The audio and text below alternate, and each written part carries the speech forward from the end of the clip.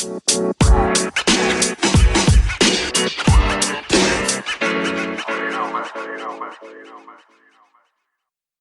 les amis, vous êtes et bienvenue sur PAEF.live, le podcast anti-crise au service du pouvoir d'achat.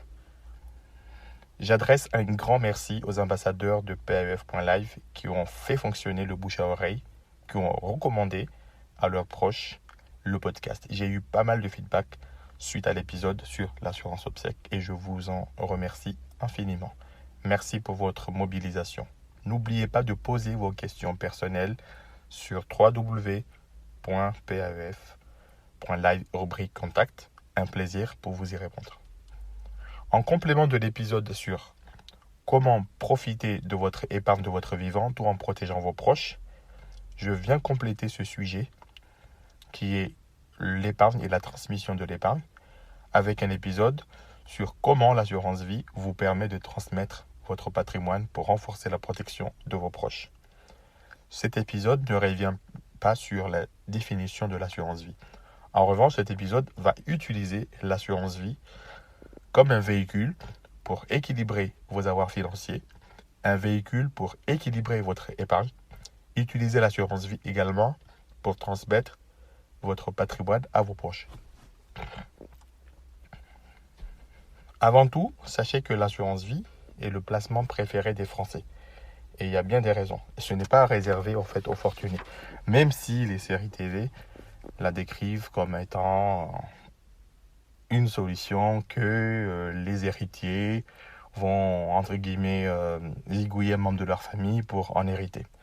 L'assurance vie est un véhicule d'investissement dopé de nombreux avantages fiscaux. Mais encore, faudra-t-il les connaître? Qu'est-ce que le législateur a prévu comme avantage? Aujourd'hui, le législateur a offert de nombreux avantages. À vous de vous en approprier, à vous de les saisir justement au moment de la souscription ou de l'adhésion à un contrat d'assurance vie. Quelle est l'assurance vie adaptée à vous, à votre situation familiale, à votre situation patrimoniale? Ce que je vous propose, c'est de faire un focus sur un sujet très particulier qui est la transmission de votre patrimoine, puisque c'est le sujet qui nous intéresse aujourd'hui, c'est-à-dire que ce que vous souhaitez léguer à vos proches. Alors, voyons voir quelques chiffres clés sur le marché de l'assurance vie. Il faut savoir que les assureurs vie, les détenteurs, ou plutôt ceux qui proposent des contrats d'assurance vie, ont été reprochés par les Français, les législateurs, par les magazines comme UEC Que Choisir et bien d'autres magazines, sur le fait qu'ils ne font pas beaucoup d'efforts pour trouver les héritiers. Et il y a beaucoup de contrats d'assurance vie qui sont en déshérence. Donc aujourd'hui, il y a une solution en fait qui est mise en place. C'est la Caisse des dépôts qui a lancé une plateforme qui s'appelle Cyclade. Cette plateforme permet d'effectuer des recherches sur des sommes qui ne sont pas réclamées par les héritiers au prime abord. Donc cette plateforme est là. Donc il y a un délai qui permet justement aux héritiers donc, de réclamer et de se voir restituer les fonds.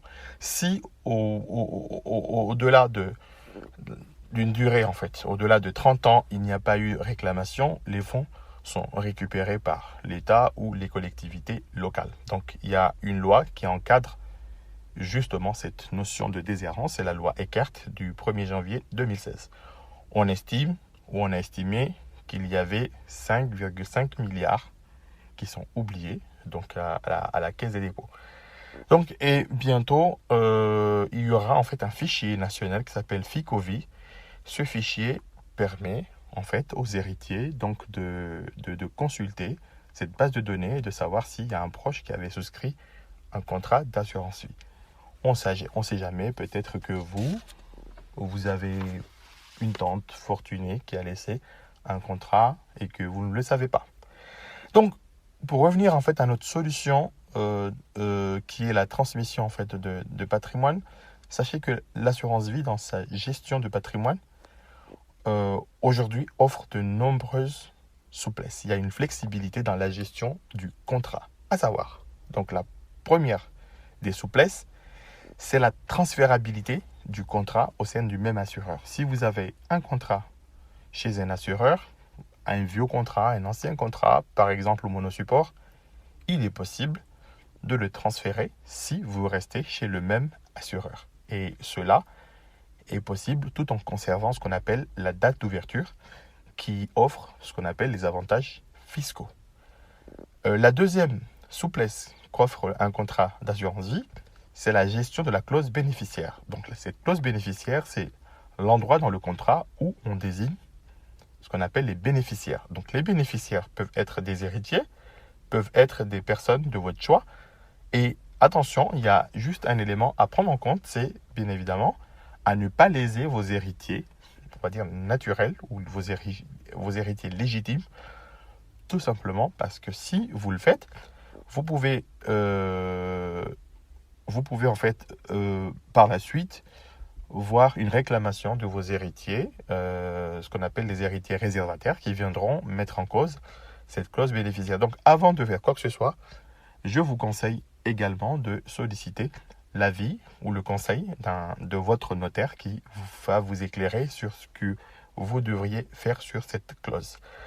Et puis, il y a la troisième souplesse en fait dans la gestion du contrat de l'assurance vie, c'est ce qu'on appelle l'équilibrage de l'investissement. Est-ce que vous restez en euros? Est-ce que vous mettez un peu plus d'unités de compte? Est-ce que pendant votre révision annuelle du contrat, vous pouvez ventiler, arbitrer en fait votre capital en fonction des enjeux? Et puis, sachez que l'utilisation des fonds est aussi une souplesse qui permet en fait au contrat de savoir par exemple si en cas de décès, est-ce que vos héritiers, les bénéficiaires du contrat, est-ce qu'ils vont percevoir une rente à vie ou tout simplement ils vont pouvoir percevoir un capital ou une rente plus capital. Donc il y a de nombreuses souplesses en fait qui sont offertes sur le contrat. Mais voyons voir ce qui est vraiment au cœur de notre sujet, à savoir aujourd'hui en fait la transmission du patrimoine et comment transmettre un patrimoine en cas de décès et quels sont les avantages fiscaux offerts par l'assurance vie et comment bien les utiliser. Alors sachez que il y a un point d'attention donc quand on est en face d'un contrat d'assurance vie, à savoir qu'il y a des contrats qui sont faits avant le 20 novembre 1991. Ça, c'est des dates très importantes. Donc, ce qui est très important dans une assurance vie, c'est la date. Et il y a aussi les contrats qui sont faits ou les primes qui sont versées avant 98. Donc, plus votre contrat est ancien, plus il faut être vigilant à ne pas s'aventurer à le clôturer assez rapidement. Il faut voir quels sont les avantages fiscaux liés à la date d'ouverture, puisque ces avantages fiscaux sont liés et sont reliés également au versement effectué. Et puis, il est impératif de savoir que dans tout contrat d'assurance vie, donc il est très important d'effectuer des versements avant l'âge de 70 ans, puisque le législateur offre ce qu'on appelle des abattements fiscaux, donc en ce qui concerne les héritiers. Donc, bien sûr, il n'y a pas d'abattement entre conjoints. Et quand on entend par conjoint, c'est les couples mariés ou pacsés. En revanche, il y a des abattements quand il s'agit de vos descendants. Et cela dépend, bien sûr, des montants qui sont versés avant 70 ans. Sachez qu'un contrat d'assurance vie peut également être nanti, être apporté en garantie sur un financement. Et ça, c'est très important, justement, quand c'est fait, donc de le connaître. Donc, aujourd'hui, quand on a une famille et quand on s'intéresse un petit peu à la gestion de son patrimoine, l'assurance vie ou les contrats en fait, de capitalisation en général, c'est une sorte de couteau suisse, donc, parce qu'elle permet, grâce à ses avantages fiscaux, de sortir en fait, le montant de son vivant ou même de sortir en fait un montant, de faire ce qu'on appelle un rachat ou de prévoir en fait la sortie du capital en cas de décès. Et là, ça rentre bien sûr dans le cadre en fait de la succession. C'est-à-dire qu'aujourd'hui, quand on a une assurance vie, donc les montants qui sont alloués ou qui sont investis dans l'assurance vie ne sont pas comptabilisés en fait dans le cas de la succession. Ces montants-là sont hors sur succession. Et quand ces montants-là sont hors succession, il est possible de prévoir dans le contrat si ces montants-là seront versés à vos bénéficiaires sous forme de capital ou simplement sous forme de rente. Et de pouvoir aussi anticiper en fait les différents abattements que vos bénéficiaires peuvent y trouver. Et je le disais dans l'épisode précédent qui était l'assurance obsèque, c'est qu'aujourd'hui, l'assurance vie, il y en a plusieurs. Donc on peut trouver en fait un contrat d'assurance vie dans le cadre du plan épargne d'entreprise, dans les PERP, aujourd'hui on a les plans épargne retraite, le PER, on a les assurances obsèques, on a aussi les contrats Madelin. Donc tout ça, ce sont des contrats d'assurance vie. Donc si vous entendez parler, sachez que c'est des contrats d'assurance vie. Donc dans la série, je protège mon patrimoine et mes proches.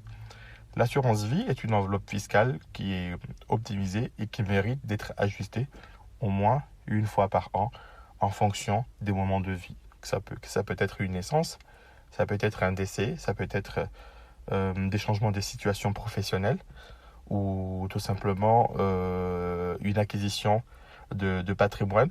Et son rôle dans la gestion de votre patrimoine mérite d'être clarifié par un conseiller en patrimoine, un conseiller en gestion de patrimoine. Il ne faut pas vous aventurer tout seul à vouloir faire les choses. Faites-vous accompagner. Naturellement, je suis à votre écoute pour vous accompagner dans votre bilan patrimonial. Donc je tiens à remercier en fait tous ceux qui ont suivi en fait le podcast, qui ont été attentifs à cet épisode. Et j'aimerais aussi vous solliciter encore à faire fonctionner le bouche à oreille, à recommander le podcast auprès de vos proches. Et pour ceux qui ont des questions, qui ont des interrogations, n'hésitez pas à vous rendre sur www.paef.live pour toutes vos questions, vos remarques, ou si vous souhaitez qu'on regarde les choses ensemble, ça serait avec grand plaisir. Merci et à très bientôt.